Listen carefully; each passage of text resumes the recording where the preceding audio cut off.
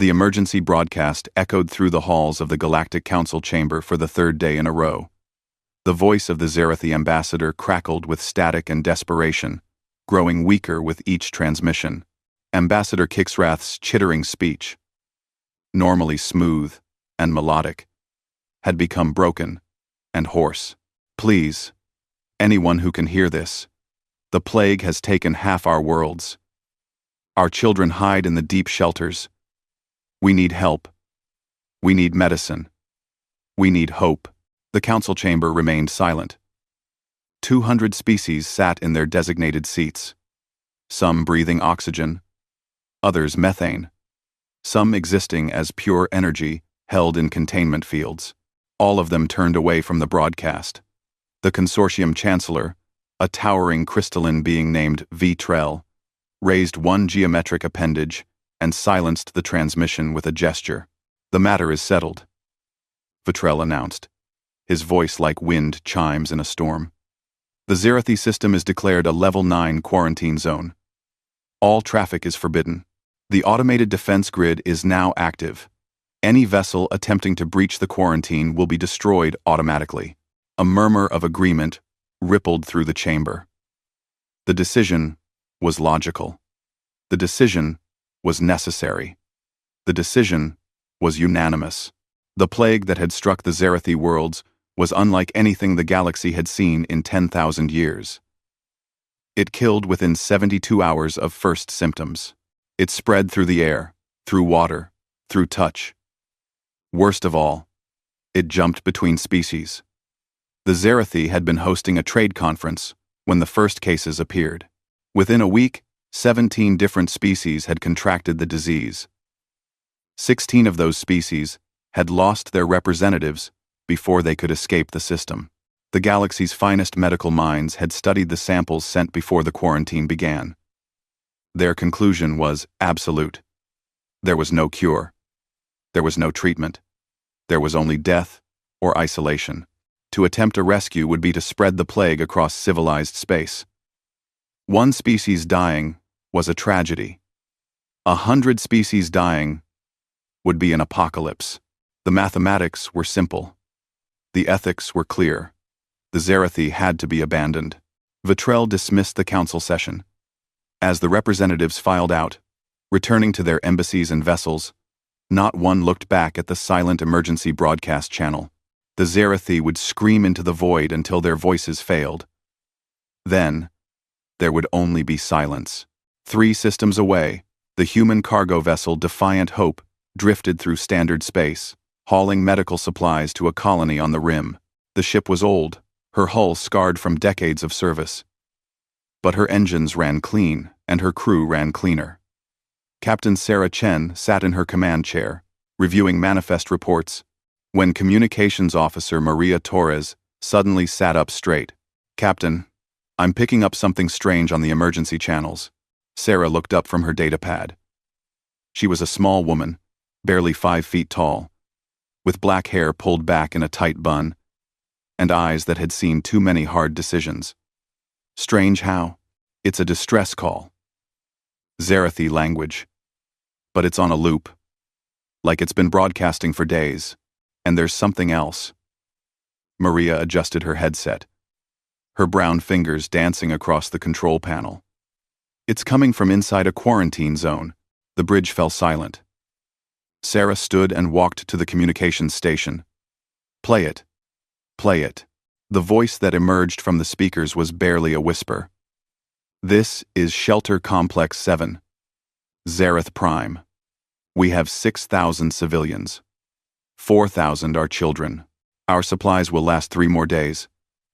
The plague has not reached the deep shelters, but we cannot leave. Cannot reach the surface. Please, if anyone can hear this, we are still alive." Sarah closed her eyes.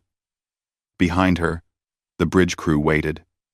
There were only 12 of them aboard. All human. All veterans of the merchant marine. They had hauled cargo through pirate raids, asteroid fields, and solar storms. They had seen things that would make other species flee in terror. But this was different. "Maria, pull up everything on that quarantine zone." The data streamed across the main view screen. The Zerathi system. Population: 14 billion. Current status: Level 9 quarantine. Total blockade authorized by Galactic Council. Automated defense grid active. Penalty for breach: immediate destruction. Medical assessment: plague mortality rate 100%. Contagion factor: extreme. Estimated survival time for victims: 72 hours maximum. Recommended action: avoid at all costs. Jesus, whispered First Officer James Rodriguez. He was a big man, former military, with dark skin and a scar across his left cheek from a shuttle crash. 14 billion. We're 14 billion, corrected Engineer Wei Zhang, a thin woman with gray-streaked hair. Look at the date on this quarantine order. It's been 3 weeks. If the plague kills in 72 hours, no one needed her to finish. The math was brutal and simple. Sarah stared at the view screen. 14 billion souls, an entire species, dying alone while the galaxy built walls to keep them contained. She thought about the voice from Shelter Complex 7. 6,000 people. 4,000 children. 3 days of supplies. Captain? Maria's voice was soft. What do we do? Every person on the bridge knew what the regulations said. What the Galactic Council had ordered. What every sane being in the universe would do. They would change course, deliver their cargo, file a report about the distress signal, and let someone else deal with it. Except there was no one else. The entire galaxy had already dealt with it by building a wall and looking away. Sarah turned to face her crew. These 12 people had followed her through situations that had no business turning out well. They trusted her. They were also human, which meant they were clinically insane by the standards of every other species in space. Earth was not a kind mother. Earth was a nightmare world where diseases mutated every season, where predators hunted in packs, where the weather itself could kill in 100 different ways. 99% of every species that had ever lived on Earth had gone extinct. Humans survived by being too stubborn to die and too crazy to know when to quit. Pull up the distress signal again, Sarah ordered. All of them. Every shelter that's broadcasting. Maria worked her console. Dozens of signals appeared on the screen. Shelter Complex 7 with 6,000 people. Shelter Complex 3 with 12,000. Shelter Complex 19 with 800. On and on. Hundreds of thousands of Zerathi, hiding underground. Cut off from the surface. Cut off from each other. Cut off from the galaxy. Total count? Sarah asked. Wei Zhang ran the numbers. Approximately 2.3 million individuals in the registered shelters. Unknown number in unregistered locations. 2.3 million people. Not all of the Zerathi. Not even a fraction of what had been lost. But 2.3 million living, breathing people who were going to die because no one would help them. Sarah looked at James. How long to reach the Zerathi system at maximum burn? 16 hours, James answered immediately. He already knew what she was thinking. But Captain, that automated defense grid, can it stop us? Probably not before we breach the system. The grid is designed to keep people out over time, not stop a ship willing to ram through. But the Galactic Council will know the moment we cross the line. They'll send warships. How long before those warships arrive? James calculated.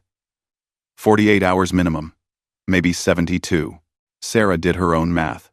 16 hours to get there, 72 hours before the Council's military could respond. That gave them 56 hours to do something impossible. Opinions? Sarah looked around the bridge. Medical Officer Lisa Park spoke first. She was Korean American, young for her position, but she had worked epidemic response on Earth during the Brisbane fever outbreak. That plague they're describing? It sounds like a cytokine storm amplified by an aggressive viral vector. If that's what it is, human immune systems might be able to handle it. Might. We've survived worse on Earth. Might isn't good enough, Wei countered. If we go in there and get infected, we don't just die. We become carriers. We could bring this back to human space. We could. Or we could save 2.3 million people. Tactical Officer Marcus Webb drummed his fingers on his console. He was the youngest on the bridge, barely 25. But he had sharp eyes and sharper instincts. The Council won't see it as rescue. They'll see it as contamination breach. They might quarantine Earth itself. Let them try, growled Maria. We've been the new kids in the galaxy for 50 years. The Council treats us like we're dangerous animals anyway. Maybe it's time we act like it. Sarah held up a hand for silence. This isn't a debate about human pride. This is about whether we can live with ourselves if we don't try. Show of hands. Who votes we go in? 12 hands rose into the air. Not one hesitated. Sarah felt something tight in her chest loosen. This was her crew. These were her people. Crazy, stubborn, impossible humans who looked at certain death and saw a chance to do something right. All right then. Sarah sat back in her command chair. James, set course for Zareth Prime, maximum burn. Wei, I want every environmental suit we have prepped and ready. Lisa, start reviewing everything we know about epidemic response. Marcus, pull up the schematics for that defense grid. If we're going to ram through it, I want to know where to hit. Maria, send a message back to Earth. Tell them what we're doing and why. If we don't make it back, someone should know we tried. The bridge erupted into activity. The Defiant Hope's engines flared to life, pushing the old cargo ship to speeds she hadn't reached in years. The course was locked. The die was cast. As they accelerated toward the quarantine zone, Maria turned from her console. Captain, I've got one more thing. It's a response from the Galactic Council. They detected our course change. What do they say? Maria read the message. Human vessel, Defiant Hope. You are ordered to alter course immediately. Entry into Zarathi quarantine zone is forbidden by Council law.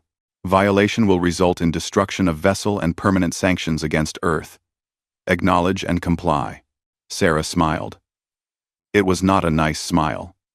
It was the smile of a species that had climbed to the top of Earth's food chain by refusing to accept the word impossible.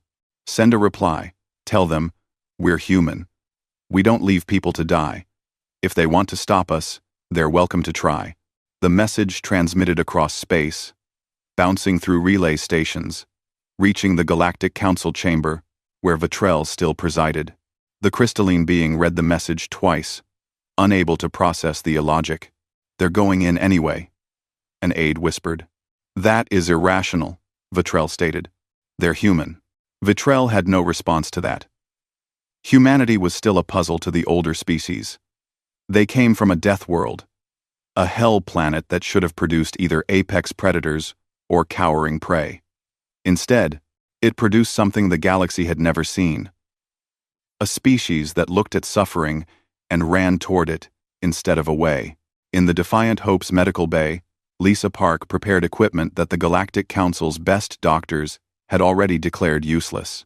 In engineering, Wei Zhang rerouted power to shields that would need to hold against weapons designed to sterilize plague ships. On the bridge, Sarah Chen stared at the growing image of the Zarathi system and thought about those 2.3 million people waiting in the dark. The galaxy had left them to die. The math said they couldn't be saved. The logic was absolute. The decision was final. But humans had never been good at accepting what couldn't be done.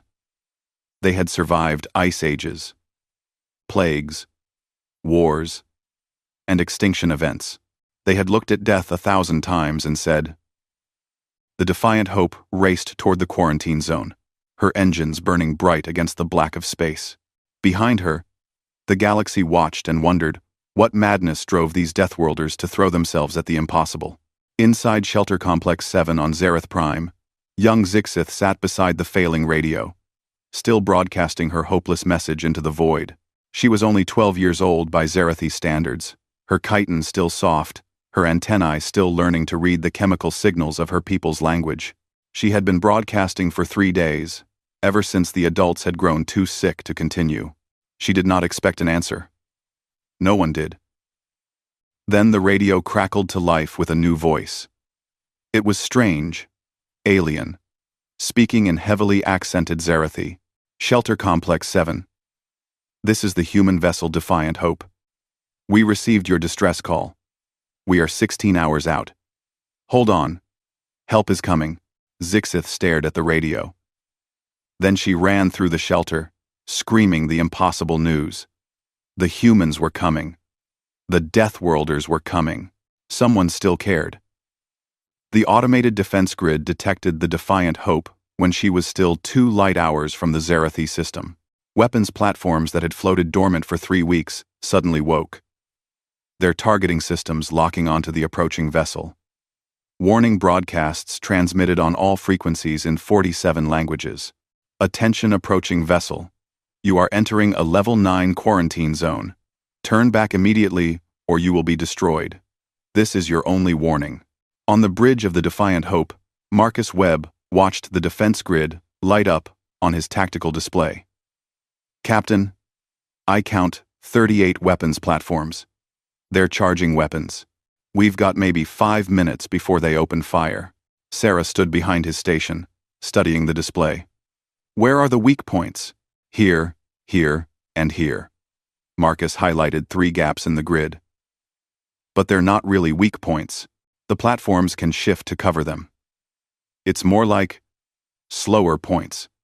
If we come in fast enough, and at the right angle, we can minimize our exposure time. How fast is fast enough? Marcus did the math.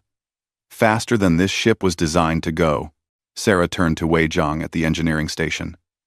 Can you give me faster? Wei's fingers flew across her controls, pulling up engine specifications that were 50 years old. If I reroute power from life support, artificial gravity, and the cargo bay heating systems, I can boost our speed by 18%. For about 20 minutes. Then the engines will either explode or melt. 20 minutes gets us through? 20 minutes gets us through or kills us trying. Sarah nodded.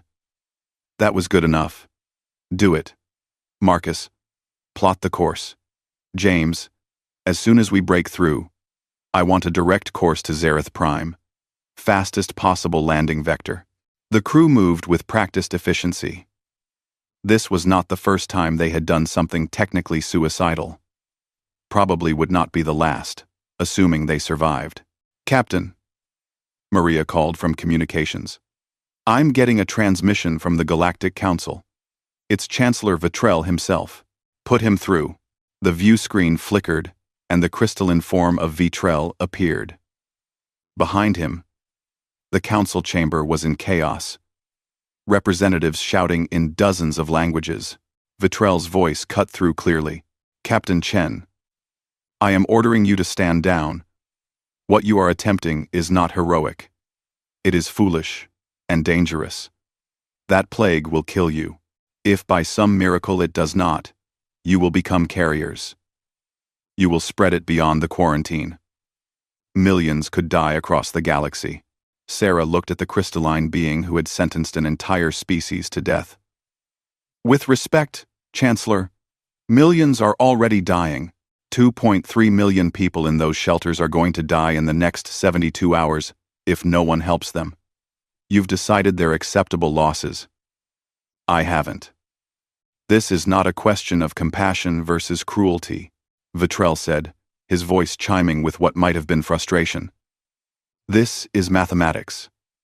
Logic. The plague cannot be stopped. All you will do is die with them. Maybe, Sarah agreed. Or maybe we'll figure something out. Humans are pretty good at figuring things out when we're desperate. We had to be. Our planet spent millions of years trying to kill us. Your planet made you reckless. Our planet made us survivors. Vitrell was silent for a moment. Then he spoke more quietly. Captain Chen, I have reviewed your species file. I know about the diseases you have overcome, the plagues you have survived. But this is not Earth. You have no immunity to this pathogen. Your medical officer's hypothesis about cytokine response is interesting, but untested. You are gambling with not just your lives, but potentially the safety of the entire galaxy. Then the galaxy better hope we win the gamble. Sarah glanced at Marcus, who held up 3 fingers. 3 minutes, until weapons range. Chancellor, I'm going to tell you something about humans. We have a saying on Earth. We're all we've got. Most species hear that and think it means we're alone. Isolated. It doesn't mean that at all. It means when things get dark, when everyone else runs, we stand together. Those Zerathi down there, right now, they're part of our we. So we're going in. I will order the defense grid to destroy you. You already did. We're going in anyway. Vitrell stared at her through the screen, his crystalline face unreadable. Then he made a sound like breaking glass. It might have been a sigh. Then, I will do something I have never done before. I will hope that illogic prevails. Because if you fail, Captain, the Council will have no choice but to sterilize that entire system. And if you carry the plague out, we will have no choice but to quarantine Earth itself. The stakes are higher than you know. The transmission cut off. Sarah turned back to her crew. You heard the man. We fail. Earth gets locked down. No pressure. Just another Tuesday, James muttered, which got a nervous laugh from the bridge crew. Marcus counted down. Weapons, platforms. Going hot in 90 seconds. Recommend we start evasive maneuvers in 60. Sarah sat in her command chair and gripped the armrests. Way.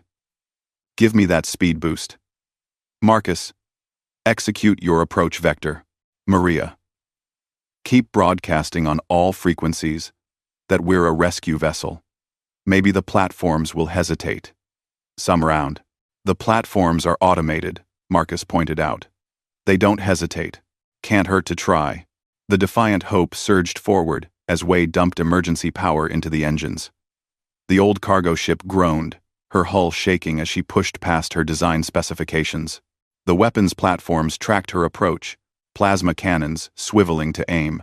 Entering weapons range, Marcus announced. Here we go. The first platform fired. A bolt of superheated plasma streaked through space, missing the Defiant Hope's bow by 100 meters. Marcus threw the ship into a rolling dive, using the manual controls because no computer could predict the random pattern he was flying. More platforms fired. The space around them became a light show of deadly energy. One bolt clipped their port shield, sending power fluctuations through the ship. Emergency alarms blared. Shields at 70%, Marcus called out.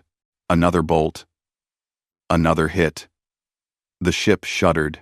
Shields at 40%. Sarah watched the tactical display. They were halfway through the grid. Just a few more seconds. The engines screamed as Way pushed them beyond their limits. Temperature warnings flashed red across every console. A plasma bolt hit them dead center. The shields flared and collapsed. The ship's lights flickered. Shields down, Marcus shouted. Next hit goes straight through the hull. Way, I need those engines, Sarah ordered. They're already at 130%. Any more, and we blow. Then give me 140% for 10 seconds. Way's hands moved without hesitation. The engines roared like dying stars. The Defiant Hope leaped forward.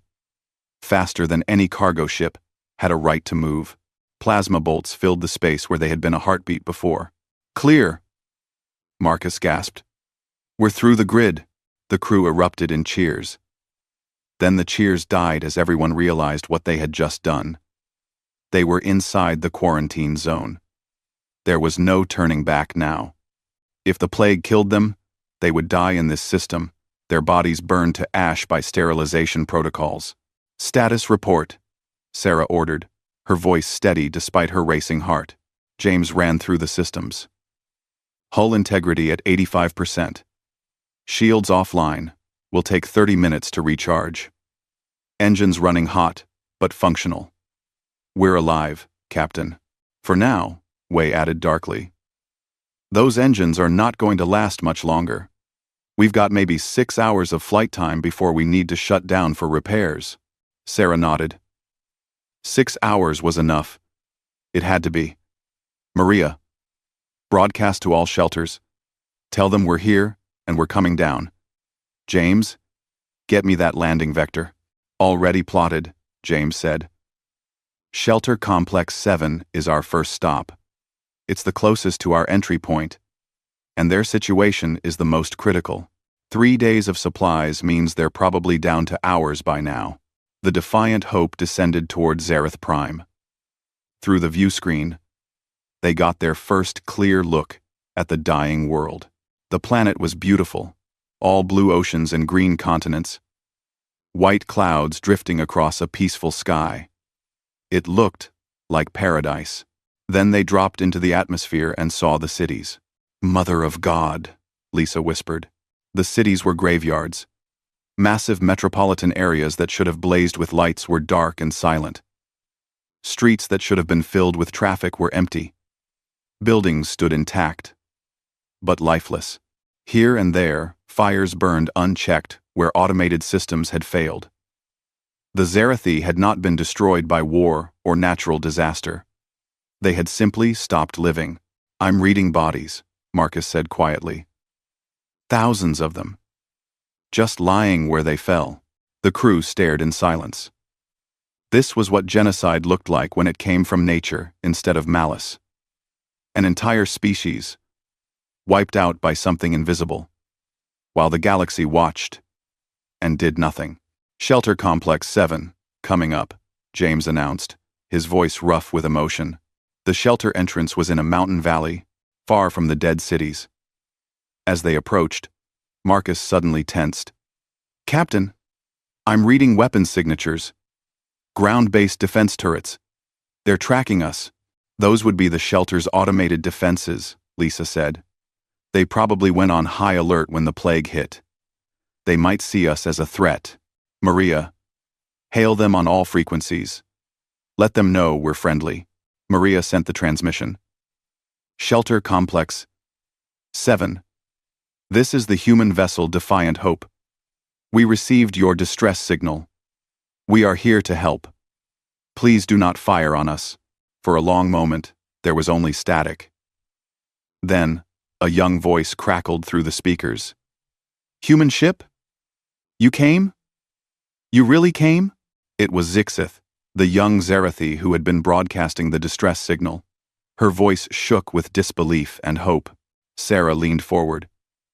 We really came. We're going to land outside your main entrance. We have medical supplies and personnel. But we need you to do something for us first. We need you to tell us about the plague. How it spreads. What the symptoms are. Everything you know. I will try. The adults, they are very sick. But I have been watching. Learning. I can tell you what I have seen.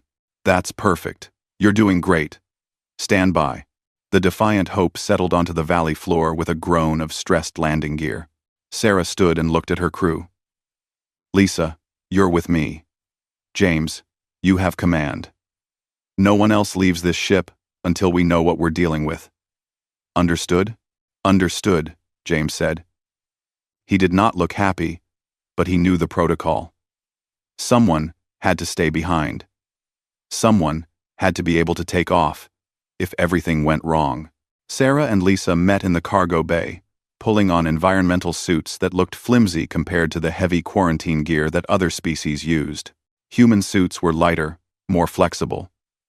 Designed for a species that had learned to move fast when death was chasing them. The other species thought human protective equipment was inadequate. Humans thought other species were too slow to survive. Wei joined them, suited up and carrying a large equipment case. You're not going down there without engineering support, she said, cutting off Sarah's protest. If their life support systems are failing, you'll need someone who can fix them.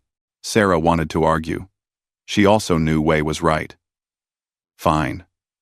But you follow Lisa's contamination protocols exactly. Yes, Captain. They cycled through the airlock and stepped onto Zarathi soil.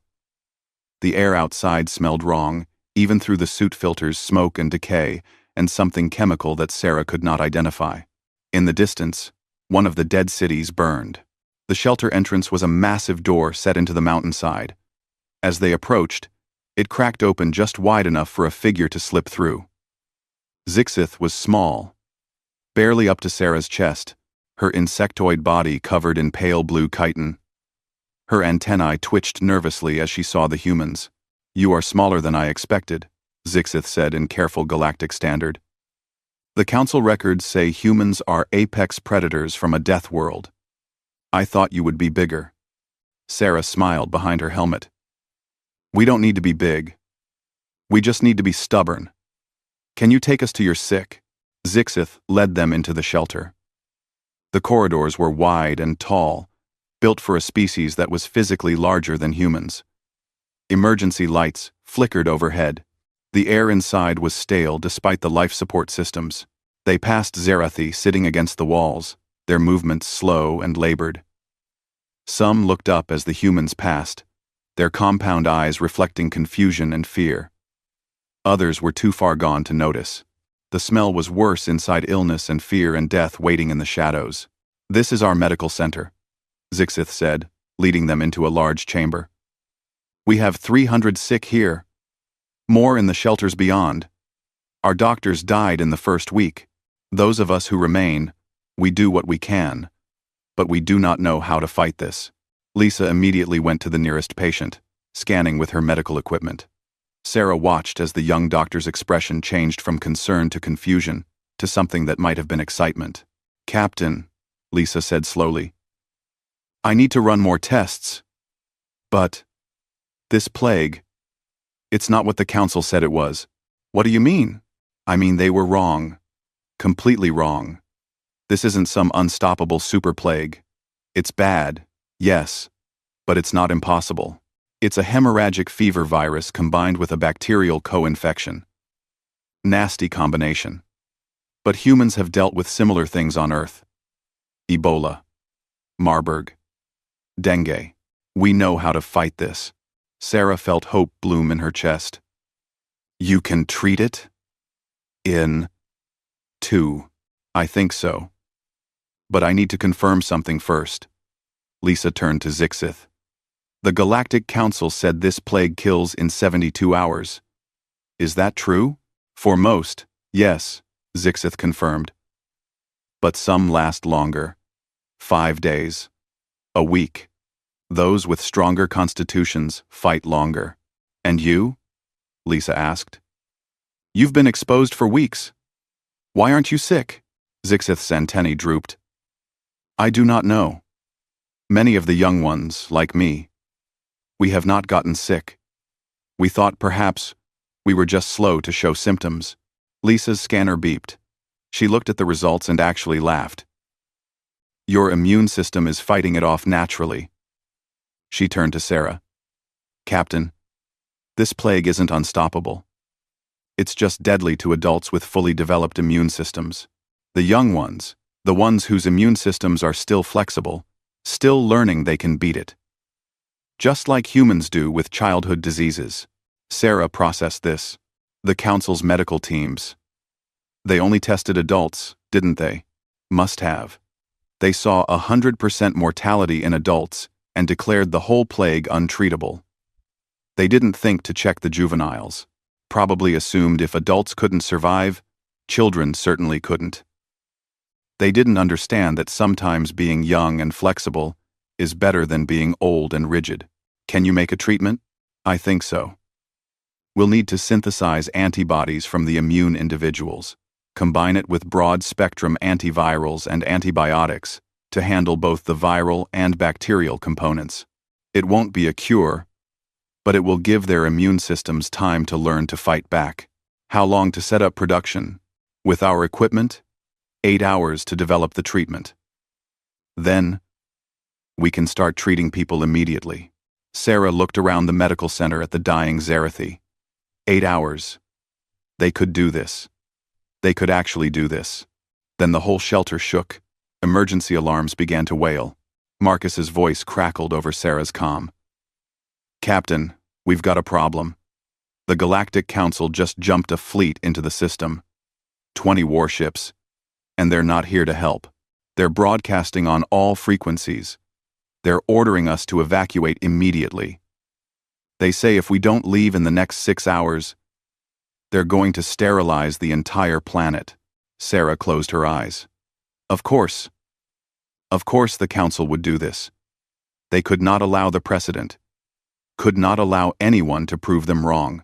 Better to burn the evidence than admit they had left millions to die unnecessarily. "Marcus, tell them we need more time. Tell them we've found a treatment." "I don't think they care, Captain. They're saying this is about containment now, not rescue. They're saying we're compromised." Sarah looked at Lisa, at Wei, at young Zixith, who had broadcast into the void hoping someone would hear. She thought about the 2.3 million people hiding in shelters across this world, waiting to die because the galaxy had declared them a lost cause. "Then we have 8 hours to prove them wrong," Sarah said. "Lisa, start developing that treatment. Wei, help her with whatever she needs. I'm going back to the ship. If the Council wants to burn this world, they're going to have to go through us first." "Captain," Zixith said quietly, "why do you do this? You do not know us. We are not your people. Why do you risk everything?" "1." Sarah looked at the young Zerathi. "Because you asked for help. And because humans don't let people die when we can save them. It's that simple." "That is not simple," Zixith said. "That is extraordinary." Sarah smiled. "Where we come from, they're the same thing." She headed back toward the Defiant Hope, her mind already working through the impossible problem. 8 hours to develop a treatment, prove it worked, and convince the Galactic Council not to commit genocide by fire. Just another day for the Deathworlders. Above the planet, the Council fleet held position, weapons charging, countdown ticking. They had their orders. In 6 hours, Zereth Prime would burn, unless the humans found a way to do the impossible. Again. The medical center in Shelter Complex 7 became a laboratory within 20 minutes of Sarah's departure. Lisa Park worked with controlled intensity, her hands steady as she drew blood samples from Zixith and 5 other young Zerathi who showed immunity to the plague. Wei Zhang had jury-rigged 3 of the shelter's broken medical machines, making them functional enough for basic analysis work. "Talk me through it," Sarah said over the comm from the Defiant Hope. She was back on the bridge, watching the Council fleet hold position above them. 20 warships, each one capable of reducing the planet's surface to molten glass. "The plague is a 2-stage killer," Lisa explained as she worked. "First, a hemorrhagic virus attacks the vascular system, causing internal bleeding. Then, while the immune system is overwhelmed fighting the virus, a bacterial infection moves in and finishes the job. Most species in the galaxy have very specialized immune responses. When they encounter something new, their bodies take days to adapt. By then, it's too late. But humans are different. Humans are different because Earth is a nightmare," Lisa said. "We evolved surrounded by diseases that mutated every season. Our immune systems had to learn to be fast, aggressive, and flexible. We can't afford the luxury of a slow, careful response. We hit infections hard and fast, even if it means sometimes we hit ourselves in the process. That's why humans get fevers so high they can cause brain damage," Wei added from where she was calibrating equipment. "Other species think we're insane. We basically set ourselves on fire to kill infections. The Zerathi immune system is somewhere in between," Lisa continued. "Adults have rigid immune responses, effective against known threats, but too slow against new ones. The juveniles, though, their immune systems are still developing. They're flexible enough to adapt. Like human children. That's why Zixith and the others survived." Sarah processed this information. "So your treatment needs to give adult Zerathi a human-style immune response?" "Sort of. I'm extracting antibodies from the immune juveniles and combining them with broad-spectrum antivirals and antibiotics. The antibodies will target the specific plague strains. The antivirals and antibiotics will knock down the overall infection load. That gives the patient's own immune system time to learn and adapt. It's not elegant, but it should work. Should? Medicine is never certain, Captain. But the theory is sound. I've seen similar treatments work on Earth. How long until you have something we can test? Lisa checked her equipment. 4 hours to synthesize the first batch. Then, we tested on volunteers. We don't have 4 hours, Sarah said grimly. The Council fleet gave us 6 hours total. We're 2 hours in. That leaves 4 hours to develop, test, and prove the treatment works well enough to convince them not to sterilize the planet. Then we work faster. Lisa's voice was steel. On the Defiant Hope's bridge, Marcus was monitoring the Council fleet's communications. Captain, they're broadcasting their justification on all frequencies. They're saying we're already infected, that we're a contamination risk. They're framing this as a mercy killing of 2.3 million people who aren't actually dead yet, James said bitterly. How merciful. Sarah pulled up the tactical display. The Council fleet was arranged in a standard orbital bombardment formation. Professional, efficient, ready to commit genocide at the designated time. She wondered how many of those ships had crews that were uncomfortable with their orders. How many were just following protocol, trusting that their leaders had made the right decision. Maria, open a channel to the Council fleet. All ships, all frequencies. Channel open, Captain. Sarah took a breath. Council fleet. This is Captain Sarah Chen of the human vessel Defiant Hope. I'm sending you medical data from our doctor on the ground. We've identified the plague pathogen. It's treatable. We're developing a cure right now. We're asking you to stand down and give us time to prove it works. The response came from Fleet Commander Jacques, a Korthan whose species resembled armored crocodiles. His voice was deep and formal. Captain Chen, we have received your data. Our medical staff is reviewing it. However, our orders are clear. The risk of plague contamination spreading beyond this system is too great.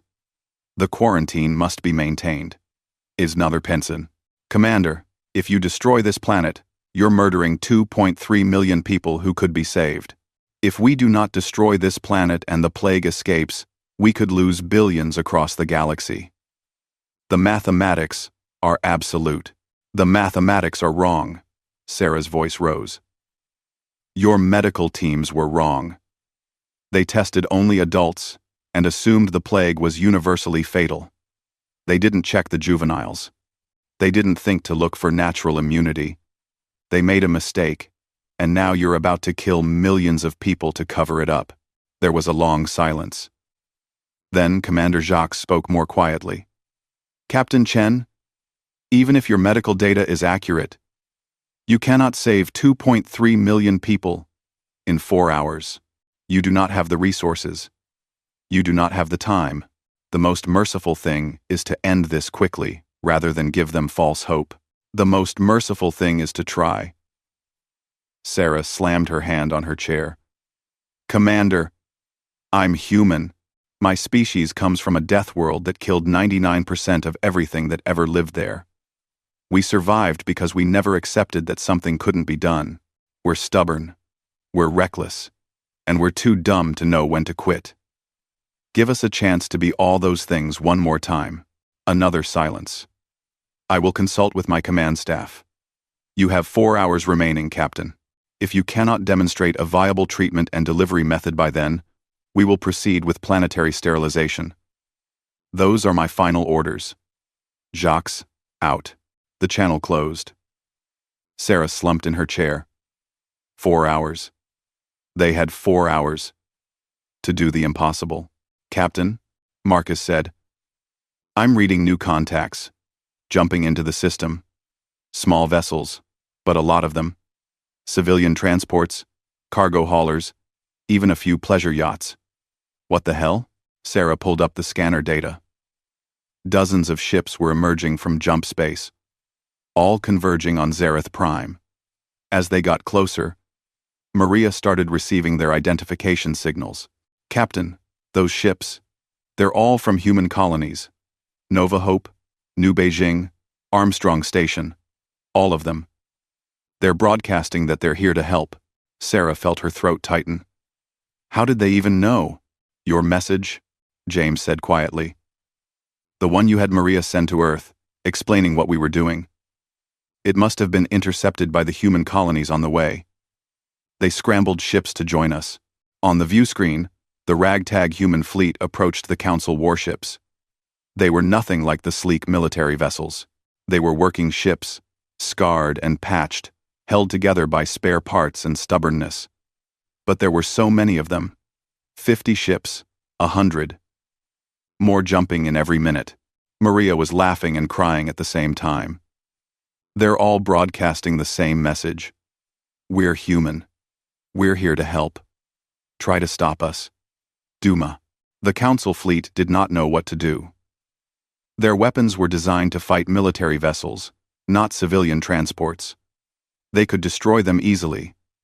But that would mean firing on unarmed rescue ships. The political implications would be catastrophic. "Commander Jacques is hailing us," Maria reported. "Put him through." The Corthon commander appeared on screen. He looked tired. "Captain Chen, what is the meaning of this?" "Captain Chen. Captain Chen. I sent a message home," Sarah said simply. "Told them what we were doing. I guess, humans being humans. They decided to help. You cannot save 2.3 million people with 100 transport ships. Watch us." In Shelter Complex 7, Lisa finished synthesizing the first batch of treatment. It was a thick, reddish fluid that looked more like blood than medicine. In a way, it was blood antibodies extracted from immune Zerathi, concentrated and combined with human-designed antivirals. "I need volunteers," Lisa announced to the medical center. "This is an untested treatment. It might work, it might not. It could even make things worse. But if we don't try, everyone here dies anyway." An older Zerathi, his chitin dark with age and his breathing labored, raised one trembling limb. "I will try. I am dying already. What harm can it do?" His name was Kelksith. He had been a teacher before the plague, instructing young Zerathi in the old ways of navigation by the stars. Now he lay on a medical bed, his body shutting down one system at a time. Lisa injected him with the treatment, and then they waited. Minutes passed. Lisa monitored his vital signs, watching for any change. The other Zerathi in the medical center watched in silence, hoping for a miracle. Kelksith's breathing steadied. His body temperature, which had been dropping toward death, stabilized. His vital signs, weak and erratic, began to show a pattern again. After 30 minutes, he opened his eyes. "I feel different," he said. "The pain is less. The fog in my mind is clearing." Lisa scanned him again. The plague was still in his system, but the viral load was dropping. The bacterial infection was in retreat. His immune system, given the tools it needed, was fighting back. "It's working," Lisa whispered. Then louder. "It's working. Wei, we need to make more. A lot more." Wei was already moving. "How much do we need?" "Enough for 300 people in this shelter, then enough for the 2.3 million in all the shelters. So, basically, an impossible amount in 4 hours. Then we better get started," Wei said. "I'll see if I can boost the synthesis rate. Maybe blow up a few more machines in the process." Sarah's voice came over the comm. "Lisa, the cavalry has arrived. We've got human ships from a dozen colonies offering assistance. What do you need?" Medical supplies, synthesis equipment, anyone with pharmaceutical production capability.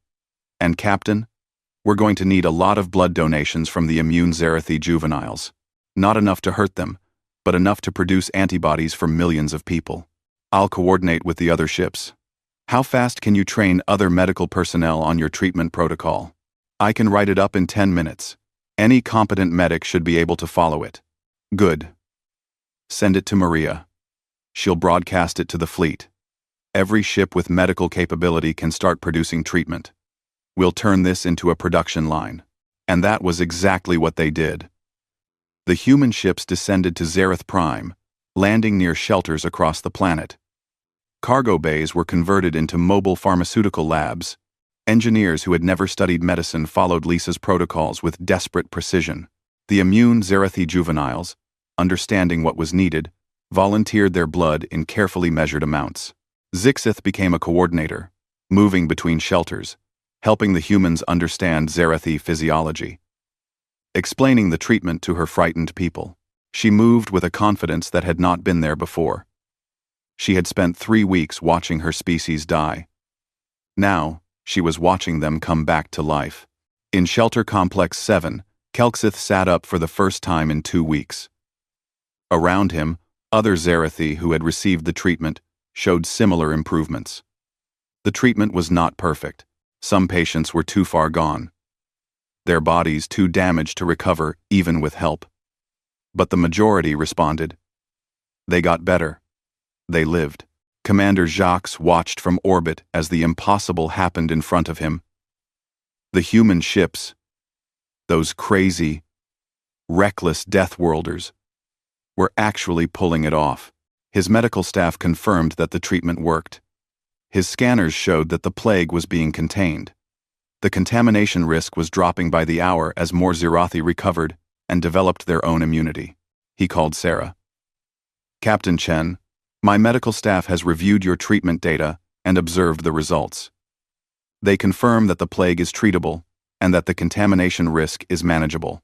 However, I must point out that you still have not solved the fundamental problem. You have treated perhaps 10,000 people. There are still 2.3 million spread across this planet. My orders require planetary sterilization if the plague cannot be completely eliminated. Sarah smiled. Commander, we're not going to eliminate the plague in 4 hours. But we don't need to. We just need to prove we can. Your fleet can maintain the quarantine. Keep the system locked down.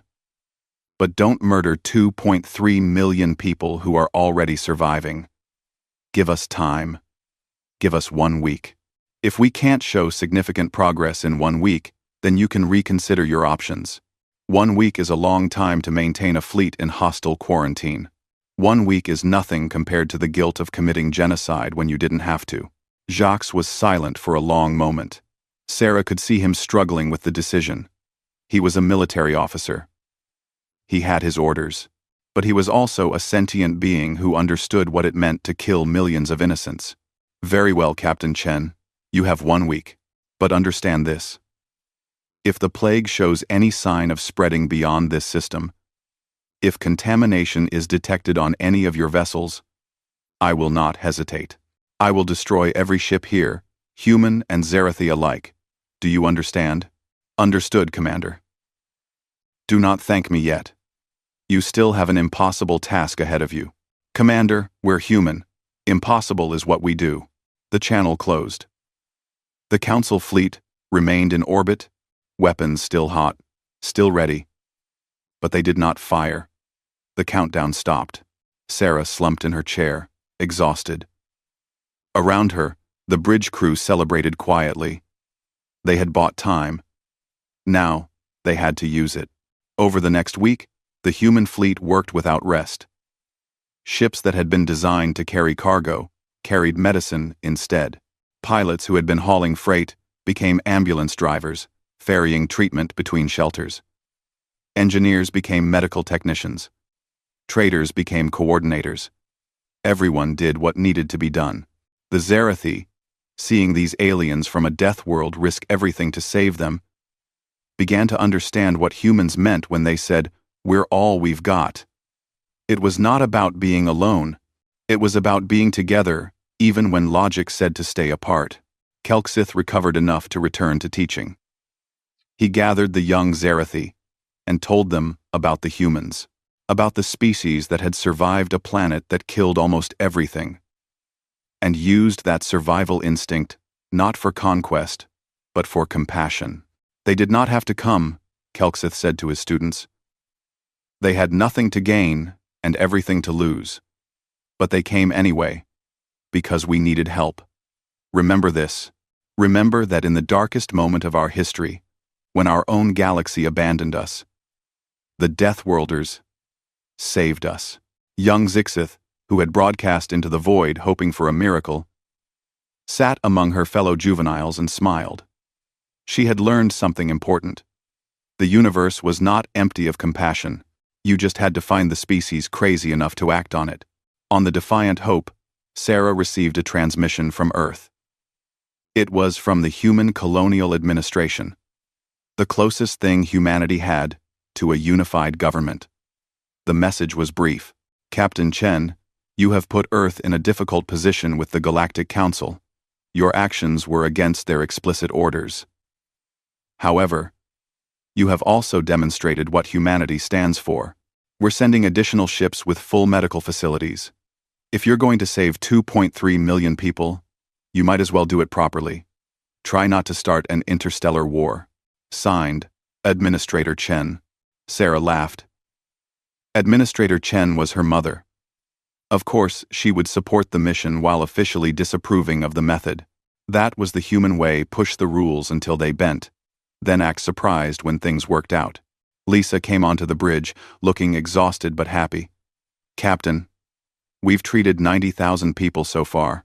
Mortality rate is down to 5%, and most of those are patients who were too far gone before treatment.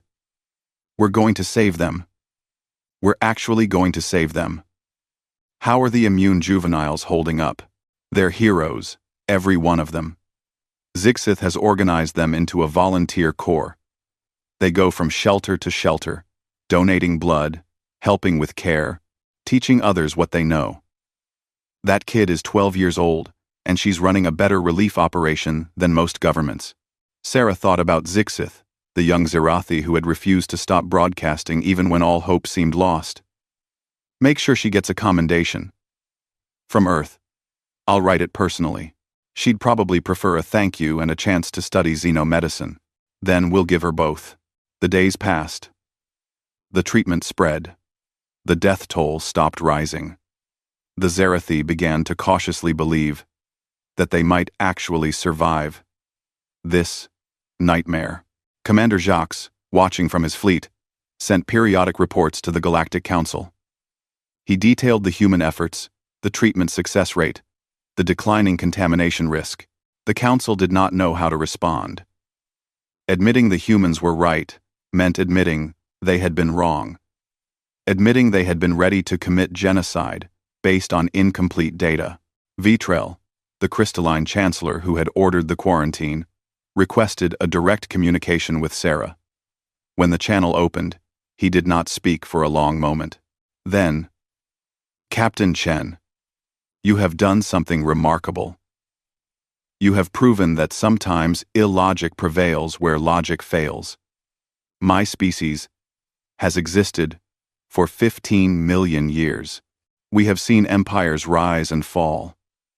But I have never seen anything quite like what you humans have done here. We just did what needed to be done, Sarah said. No. You did what no one else would do. There is a difference. The Council is reconsidering its protocols regarding quarantine procedures and disease response. Your method, while reckless, has shown effectiveness. We owe the Zerathi an apology. We owe you. I do not know what we owe you. You don't owe us anything, Sarah said. Just remember this the next time you're ready to write off an entire species. Maybe give them a chance first. Maybe ask the crazy humans for help.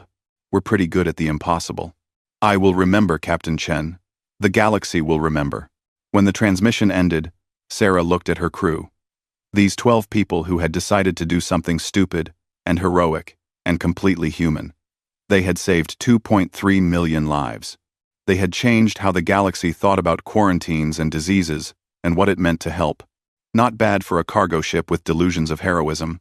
Outside, the sun set on Zerath Prime. In the shelters, the Zerathi watched the humans work and understood that they were not alone. In orbit, the Council fleet maintained their watch, but no longer as executioners. And in the deep dark between the stars, 6 other quarantine zones detected new signals.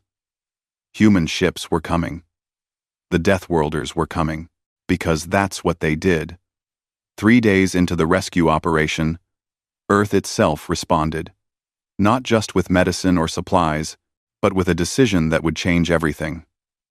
18 purpose-built medical vessels launched from lunar orbit, each one designed for epidemic response and planetary relief operations. Behind them came supply ships, manufacturing vessels, and 3 massive hospital ships that could process millions of patients. Sarah watched them arrive on the tactical display, barely able to believe what she was seeing.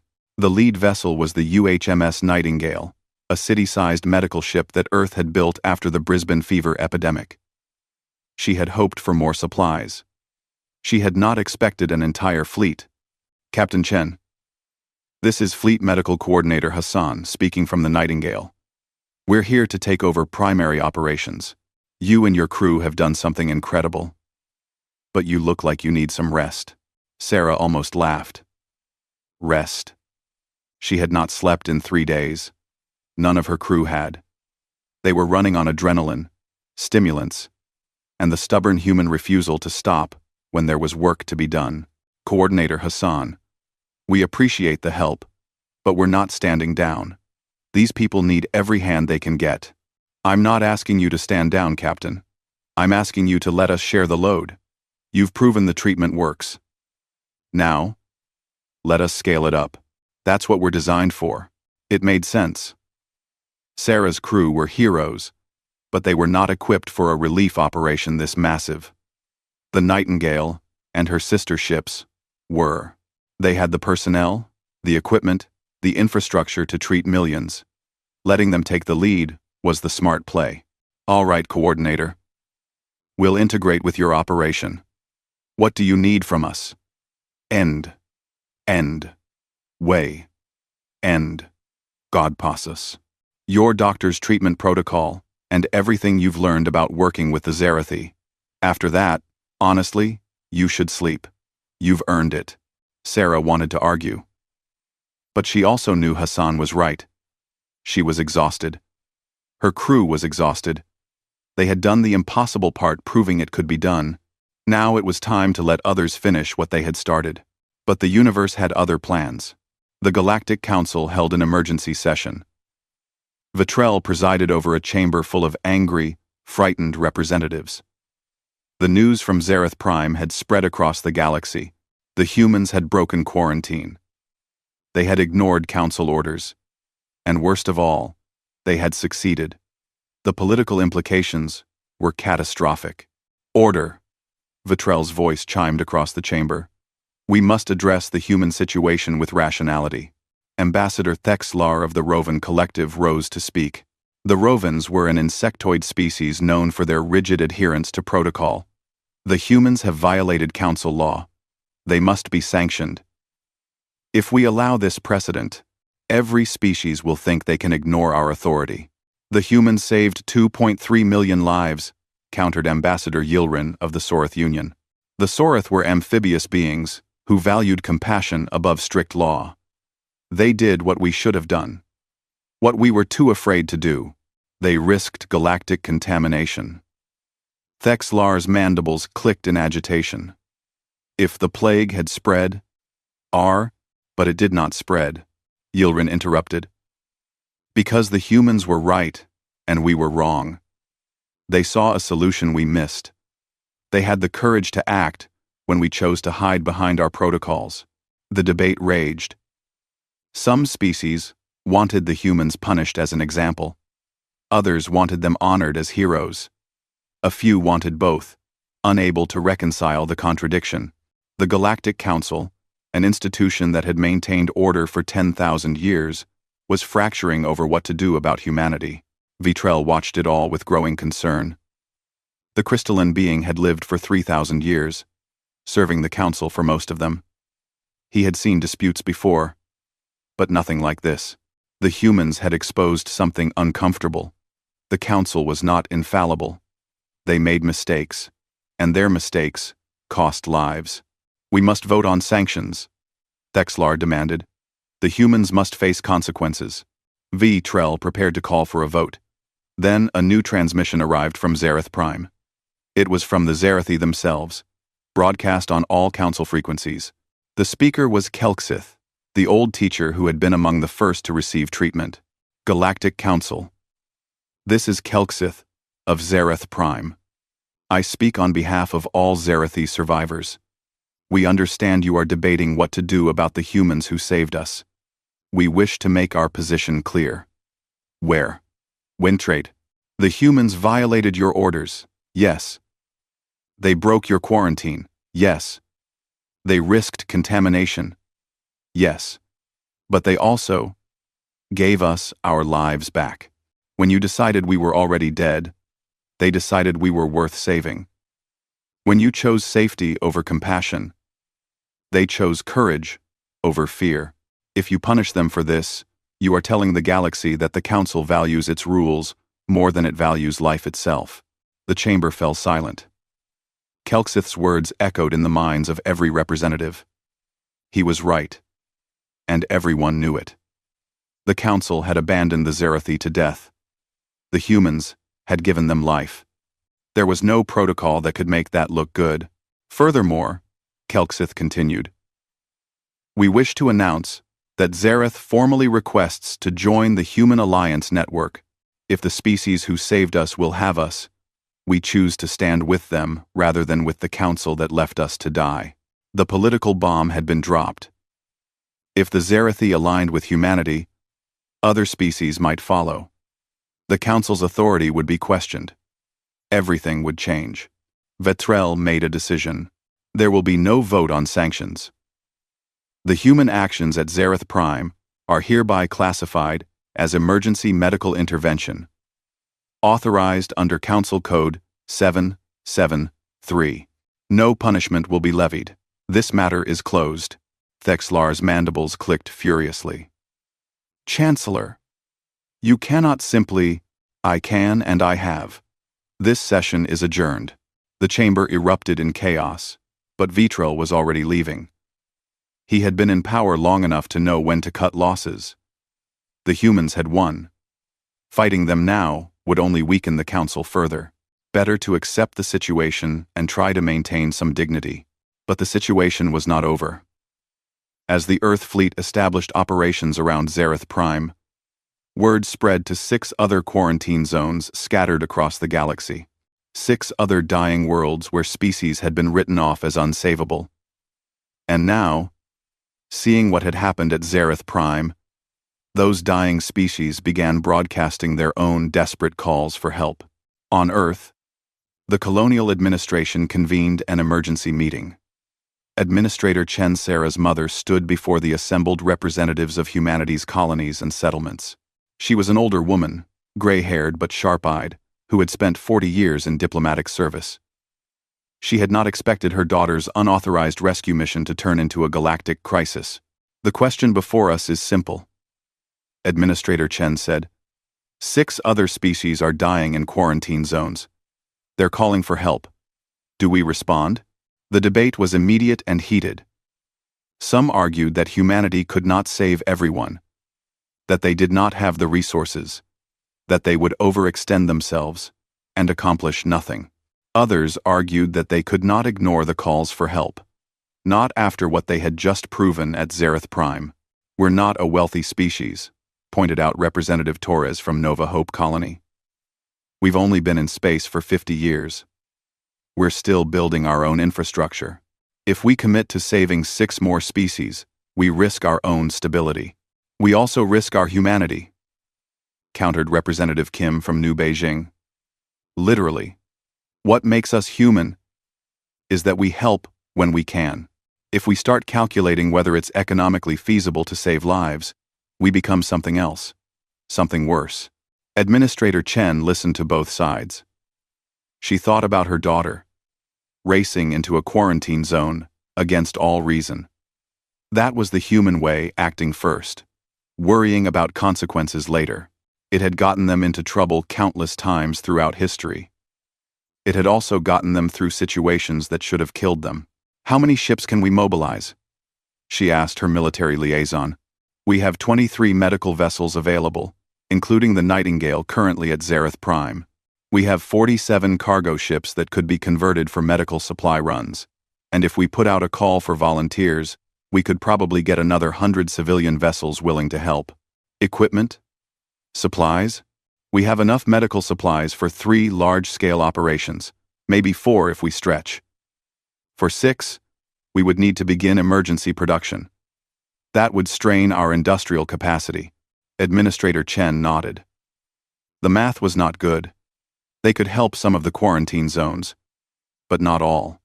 Not without risking their own civilization's stability. The logical choice was to pick and choose carefully, help where they could make the most difference, and accept that they could not save everyone. But she thought about her daughter again, about what Sarah would say if presented with these calculations.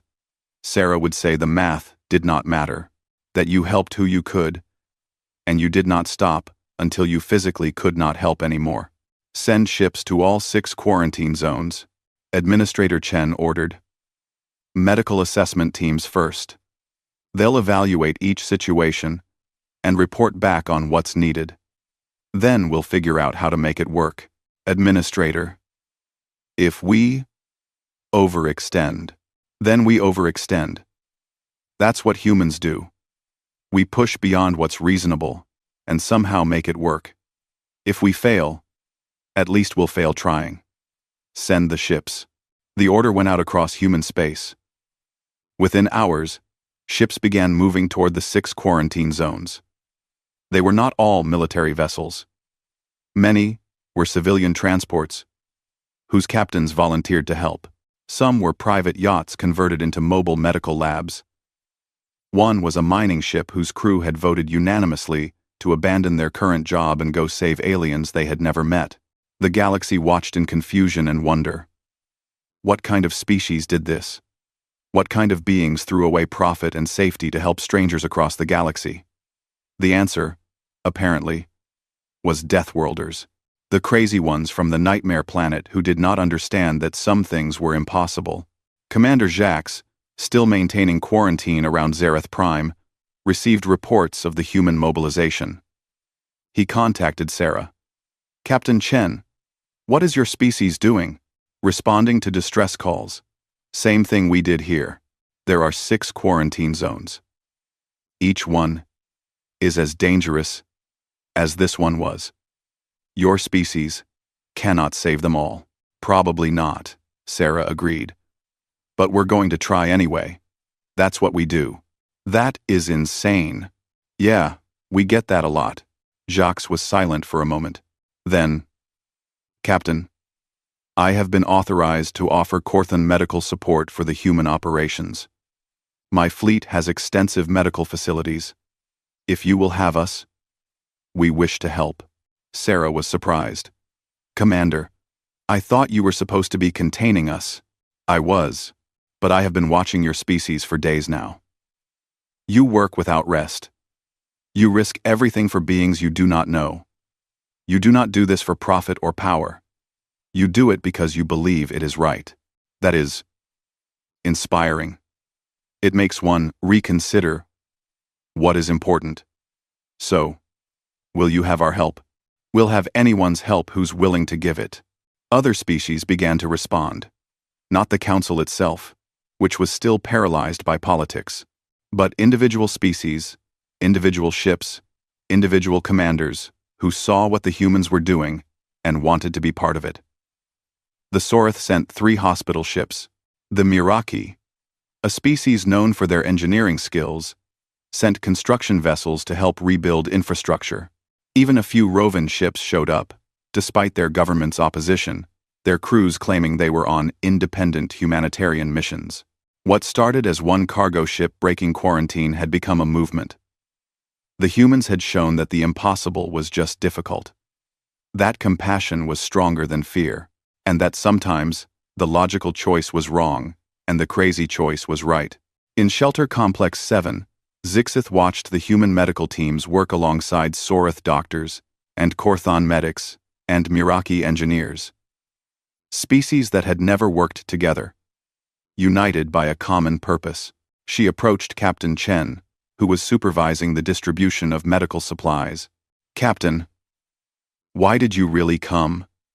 Zixith asked. "The truth. Not the noble answer. Why did humans risk everything?" Sarah looked at the young Zerathi. She could have given the diplomatic answer, the inspiring answer. Instead, she told the truth. "Because we know what it's like to be alone and scared. Earth was not a kind mother, Zixith. She tried to kill us in 1,000 different ways. Diseases, predators, natural disasters. We faced them all. The only reason we survived was because we refused to let each other die. We learned that we're stronger together than alone. That survival means helping the weak, protecting the vulnerable, and never giving up on each other. When we heard your call for help, we didn't see aliens. We saw people who needed us. And humans don't leave people to die. It's that simple and that complicated." Zixith's antennae twitched thoughtfully. "You are teaching the galaxy something important. What's that?" "That strength is not just about weapons or technology. It is about what you choose to do when no one is forcing you. The Council had the power to save us, but they chose not to. Humans had no obligation to save us, but you chose to anyway. That is real strength." Sarah smiled. "I'm going to put that in my report. The politicians back home will love it. Will your people be angry about the cost? About the resources spent to save strangers? Some will be, but most will understand. Humans have a saying, 'We're all we've got.' Most species think it means we're isolated. It doesn't. It means when things get dark, we have each other. And now?" Sarah gestured at the shelter full of recovering Zerathi and the mixed-species medical teams working together. "You're part of that. We. All of you. The Sorith, the Korthon, the Meraki. Everyone here. We're all we've got, so we take care of each other." Zixith made a sound that might have been Zerathi laughter. "Captain Chen, I think you have started something bigger than you realize." "I hope so. The galaxy needs something bigger. It's been playing it safe for too long." News reached them that the human assessment teams had reported from the 6 quarantine zones. 4 of them had situations similar to Zereth Prime, treatable diseases that the Council had written off as hopeless. 2 were more complicated, requiring solutions that had not been developed yet. But all 6 were salvageable. All 6 could be saved. The logistics would be brutal. The cost would be enormous. The risk would be significant. And humanity was going to do it anyway, because that was what Deathworlders did.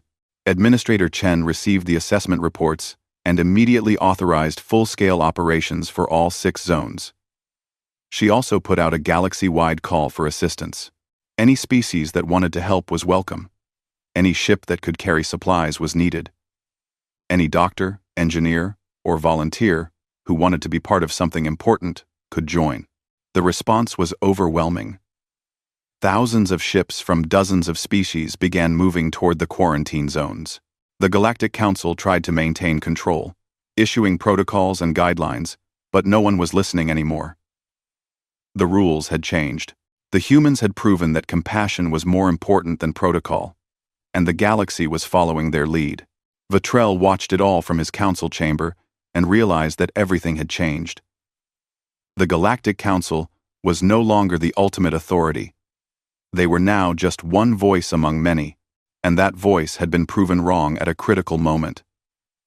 It would take decades, maybe centuries, to rebuild their credibility, but maybe that was not a bad thing. Maybe the galaxy needed to be shaken up. Maybe they had become too comfortable, too cautious, too willing to accept that some problems were unsolvable. The humans, with their death world instincts and their stubborn refusal to accept the impossible, were reminding everyone what it meant to try. On the Defiant Hope, Sarah's crew finally allowed themselves to rest. The Earth fleet had taken over operations at Zereth Prime. The Zerathi survivors were recovering. The treatment was working. They had done what they set out to do, and more. Much more. James sat in the mess hall, drinking coffee that was more stimulant than beverage. "Captain, we just started an interstellar relief movement by accident." "Not by accident," Sarah corrected. "By necessity.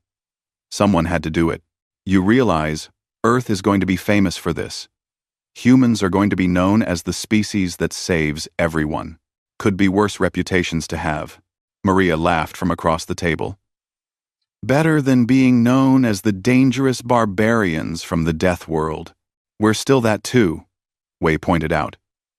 "We just happen to be dangerous barbarians who care about people." Marcus raised his coffee cup. "To the defiant Hope and her insane crew. May we always be too stupid to know when something is impossible." They drank to that. 12 people who had changed the galaxy by refusing to look away from suffering. 12 humans who had proven that sometimes the Death World species were the most alive. Outside, the stars shone bright and clear. And across the galaxy, in 6 dying systems, help was on the way. The Death Worlders were coming, and they were bringing hope with them. 6 months later, the last quarantine zone was declared plague-free. The Salvix system, which had lost 90% of its population before the humans arrived, now had 800,000 survivors rebuilding their civilization. Across the 7 systems that had been abandoned by the galaxy, over 12 million people lived who should have been dead. The numbers were staggering. The cost had been enormous. Earth's economy had been strained to its limit. 3 human medical ships had been lost to equipment failures.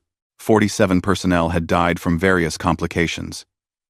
But 12 million people were alive. 12 million voices that could speak again. 12 million futures that had been saved. The Galactic Council formally convened to address what they were calling the human intervention. Vitrell presided, but his authority was diminished. Everyone knew it. The council chambers were packed with representatives, many of whom had participated in the relief efforts and had no patience for political maneuvering. "We are here to discuss the status of the 7 rescued systems," Vitrell announced, "and to address the question of future quarantine protocols. The humans have demonstrated that our previous policies were insufficient." That was the most diplomatic way possible to say completely wrong and potentially genocidal. But the council took what they could get. Ambassador Thexlar of the Rovan Collective stood. He had opposed the human intervention from the beginning, but even he could not argue with success. The council must acknowledge that the humans acted outside our authority. However, their actions produced positive results. "We propose a new framework. The Humanitarian Intervention Protocol, which would allow for medical rescue attempts in quarantine zones under specific conditions." It was a compromise. The council would maintain authority, but they would allow exceptions. It was progress, even if it was grudging progress. Then Kelksith stood. The old Zarathi teacher had become the unofficial spokesperson for the rescued species. His voice was steady, his words carefully chosen. "The council speaks of protocols and authority. We, the survivors, speak of a different matter. We speak of debt. 7 species owe their existence to human intervention. The humans have asked for nothing in return. No territory, no resources, no political concessions. They saved us because they believed it was right. The galaxy must recognize this debt and honor it." "What do you propose?" Vitrell asked. The 7 rescued species formally propose the creation of the Alliance of Rescued Worlds. "We will work together to support human colonies, share our resources and technology, and stand with humanity in galactic affairs. We do this not because we are required to, but because it is right. The humans taught us that compassion has value. We intend to practice what we learned." The proposal rippled through the chamber. 7 species, forming a bloc aligned with humanity. It would shift the entire political balance of the galaxy. Some representatives looked horrified.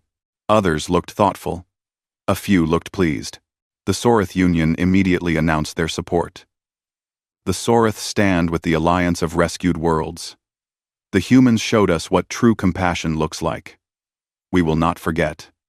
The Korthon hegemony followed. Commander Jacques himself appeared via hologram. The Korthon witnessed human courage firsthand. We have decided that strength is not just about military might. It is about the will to act when others will not. The Korthon support the Alliance and request formal cooperation agreements with Earth. One by one, species that had participated in the rescue efforts announced their support. Not all of them. The Rovan Collective abstained. Several other conservative species voted against it. But the momentum was clear. Humanity had allies now.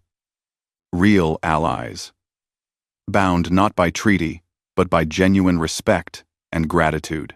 Vitrell watched his carefully ordered galaxy shift and change. As a being who had lived for 3,000 years, he recognized a historical turning point when he saw one. The Council acknowledges the Alliance of Rescued Worlds. We welcome this development and look forward to working together toward common goals. It was the best he could do. Maintain dignity while accepting defeat. After the session, Vitrell requested a private communication with Administrator Chen on Earth. When the connection was established, the crystalline chancellor studied the human woman carefully. She looked older than her years, worn down by 6 months of crisis management and impossible logistics. But her eyes were sharp, and her spine was straight. Administrator Chen, I wish to speak plainly, off the record. I appreciate plain speaking, Chancellor. Your species has changed the galaxy in 6 months. What took us millennia to build? You have shifted in half a year. You have created a new power block, challenged our authority, and demonstrated that our methods were flawed. You have done this while claiming no territory, seeking no power, and asking for nothing in return. I do not understand you. My species has studied logic and rationality for 15 million years. And you, humans, make no sense. Administrator Chen smiled. Chancellor, my daughter once told me something when she was young. She said, Mom, sometimes the smart thing is the wrong thing. I asked her what she meant. She said the smart thing is to stay safe. But if everyone stays safe, no one helps the people who need it. So sometimes you have to be dumb enough to do the right thing. She was 10 years old. And she understood something that your 15-million-year-old species apparently missed. Compassion is not logical. It is something better. Vitrell was silent for a long moment. Then, your species frightens me, Administrator. Not because you are violent, though you can be. Not because you are aggressive, though you are. You frighten me because you are unpredictable. You do things that make no logical sense and somehow succeed. You should have failed at Zareth Prime. The mathematics said it was impossible. You did it anyway. Tonight. We're good at impossible, Chancellor. We had to be. Our planet didn't give us a choice. I believe your daughter is being considered for the Galactic Medal of Humanitarian Service. The highest honor the Council can bestow. She will be the first human to receive it. She won't care about the medal. She'll care that those 12 million people are alive. I know. That is precisely why she deserves it. Vitrell paused. Administrator, I have a question. What will your species do now? You have allies. You have influence. You have demonstrated capabilities that exceed your years in space. What are your intentions? Same as always. Survive. Help others survive. Build something good. We're not interested in conquest or domination. Chancellor, we just want to live in a galaxy where people help each other instead of abandoning each other.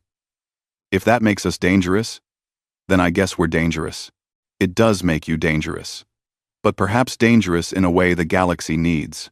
The transmission ended. Administrator Chen sat back in her chair and allowed herself a moment of exhaustion. 6 months. 6 impossible months. Her daughter's crazy decision to break quarantine had somehow turned into a galactic movement. 12 million people saved. 7 species allied. The entire political structure of the galaxy shifted, and all because one cargo ship captain decided that the math did not matter when people were dying. On Zareth Prime, the rebuilding continued. The dead cities were slowly coming back to life. Power was restored. Water systems were repaired. Schools reopened. Young Zarathi played in streets that had been silent graveyards just 6 months ago. It was not perfect. The scars remained. But life continued. Zixith, now 13 in Zarathi years, had become something of a celebrity. The young Zarathi, who had broadcast the distress signal that changed everything. She received offers from a dozen universities to study xenomedicine. She accepted one from Earth, wanting to learn from the species that had saved her people. Before she left for Earth, she visited the memorial that had been built near Shelter Complex 7. It was a simple structure, made of native stone, inscribed with the names of all who had died in the plague, billions of names. But at the top, a different inscription. They were not forgotten. The humans remembered. Kelksith found her there. The old teacher walked slowly now, his body still recovering from how close to death he had been. But he was alive. That was more than anyone had dared hope for. "You leave tomorrow," Kelksith said. "Yes. Earth has accepted me into their medical program. I will study human medicine and bring that knowledge back to help rebuild our world. You will do great things, Zixith. You already have. Your distress signal saved our species. It was just broadcasting into the void, hoping someone cared enough to listen. And someone did. That is the lesson, young one. The void is not empty if you dare to call into it. The humans heard you, because they were listening. Now you must learn their ways, understand their medicine, and teach our people what you learn. That is how we honor the debt we owe them." Zixith touched the memorial stone. "Teacher, do you think it will happen again? Another plague? Another disaster? Will species abandon each other again? When it does?" Kelksith considered the question carefully. "Perhaps. Fear makes people do terrible things, and the galaxy is full of fear. But now, there is also hope. The humans have shown us what is possible when compassion overcomes fear. Some will learn from this. Some will not. But the lesson has been taught. That is something. It is not enough. No. But it is a beginning. And beginnings matter." On the Defiant Hope, Captain Sarah Chen prepared for departure. The old cargo ship had been in dock for the past month, undergoing repairs and upgrades. The Earth government had offered to replace her with a newer vessel, but Sarah had declined. The Defiant Hope had earned her name. She deserved to keep flying. The crew gathered in the mess hall for their departure briefing. All 12 of them, still together, still ready for whatever came next. They had been offered positions on better ships, promotions, desk jobs with honors and comfortable salaries. Every one of them had declined. They were a crew. They stayed together.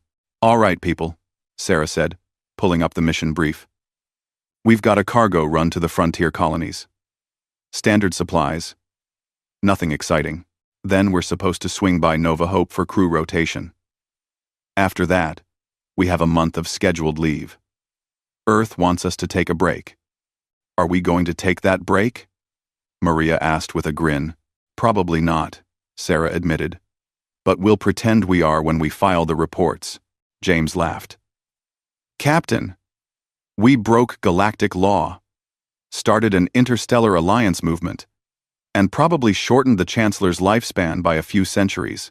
I think we've earned a reputation for not following the plan, which is exactly why they want us on boring cargo runs for a while.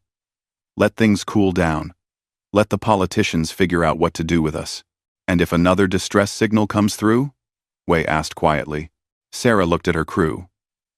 Her impossible, stubborn, crazy crew who had followed her into a quarantine zone and helped save 12 million lives. "Then we do what we always do. We respond. We help. We prove that the impossible is just difficult. That's what humans do. That's what Deathworlders do." Marcus raised his coffee cup. To the Defiant Hope and her insane crew. May we always be where we're needed, even when we're not wanted. They drank to that. A toast to doing the right thing, regardless of rules or protocol or common sense. A toast to being human, in all its reckless, compassionate glory. The Defiant Hope launched from Zareth Prime a day later. As they cleared orbit, Sarah looked back at the planet that had changed everything.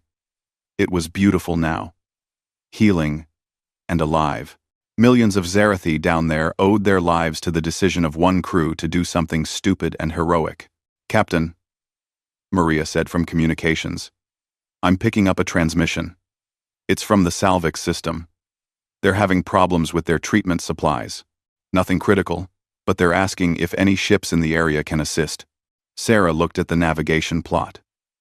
The Salvix system was 3 days out of their way. Their cargo run had a schedule. Earth had told them to stay out of trouble. The logical thing was to forward the request to someone else and stick to their mission. "James, plot a course to Salvix. Best speed." "Aye, Captain. I'll let Earth know we're deviating from our schedule. Tell them we heard a distress call. They'll understand." The Defiant Hope changed course, heading toward the Salvix system and away from their boring cargo run. Because that was what they did. That was what humans did. When someone called for help, they answered. Logic be damned. Schedules be damned. The safe thing, the smart thing, the reasonable thing, all of it could wait. People needed help. And the Deathworlders were coming. Across the galaxy, the Galactic Council updated humanity's file once again. Beside their species name, a new note was added. Classification: Deathworlder. Unpredictable.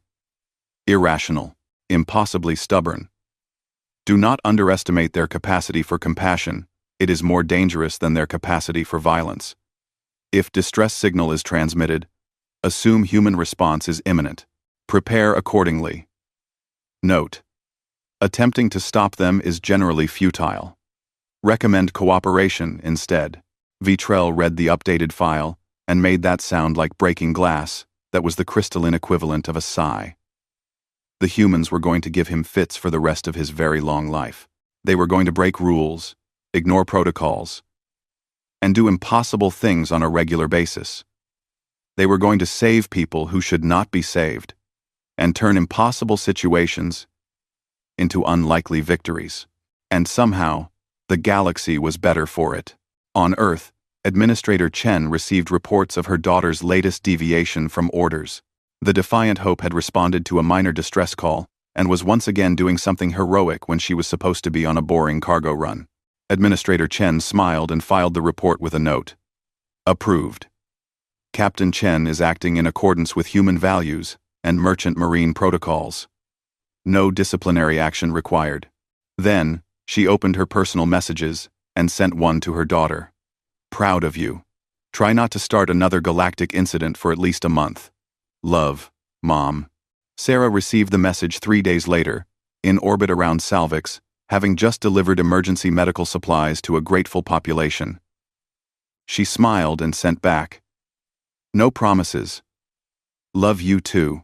The Defiant Hope departed Salvix system and resumed course to the frontier colonies. Behind them, grateful Salvix broadcast their thanks across all frequencies. Ahead of them, the frontier waited, with whatever challenges it would bring. And somewhere in between, in the vast dark between stars, more distress signals waited to be heard. The galaxy had learned something important in the past 6 months. It had learned that humans did not give up. They did not accept that things were impossible. They did not calculate whether saving lives was economically feasible before deciding to act. They just acted, and somehow made it work through sheer stubborn determination and reckless compassion. Other species were starting to learn from this. The Sorith had established their own rapid response medical teams, modeled on human practices. The Korthan were rewriting their military protocols to include humanitarian operations. Even the conservative Rovan Collective was quietly reforming their quarantine procedures to allow for rescue attempts. The humans had changed the galaxy not through conquest or force, but through example. Young Zixith arrived on Earth 2 weeks later. She stood in the arrivals terminal of Geneva Spaceport, surrounded by aliens and humans going about their busy lives. This was the homeworld of the species that had saved her people. The death world that bred deathworlders. She had expected something harsh and terrifying. Instead, she found a beautiful blue-green planet with friendly people who welcomed her warmly. She found a species that had survived impossible odds not by becoming monsters, but by becoming people who refused to let each other fail. She found the place that had taught Sarah Chen that sometimes the smart thing is the wrong thing, and the right thing is worth dying for. On her first day at Earth Medical University, Zixith's instructor asked the class a question. What is the most important quality in a medical professional? Other students answered. Knowledge, skill, dedication, precision. All good answers. All correct in their way.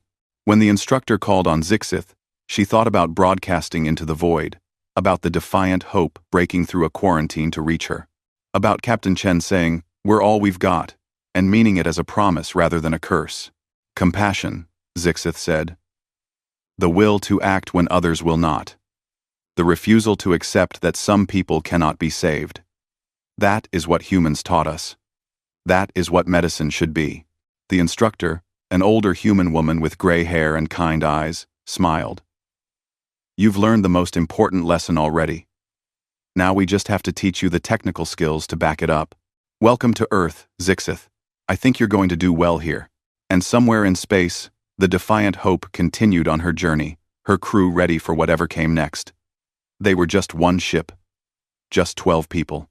But they had proven that 12 people could change the galaxy if they were stubborn enough to try. The galaxy had called them Deathworlders, had meant it as a warning. But the rescued worlds had given them a different name.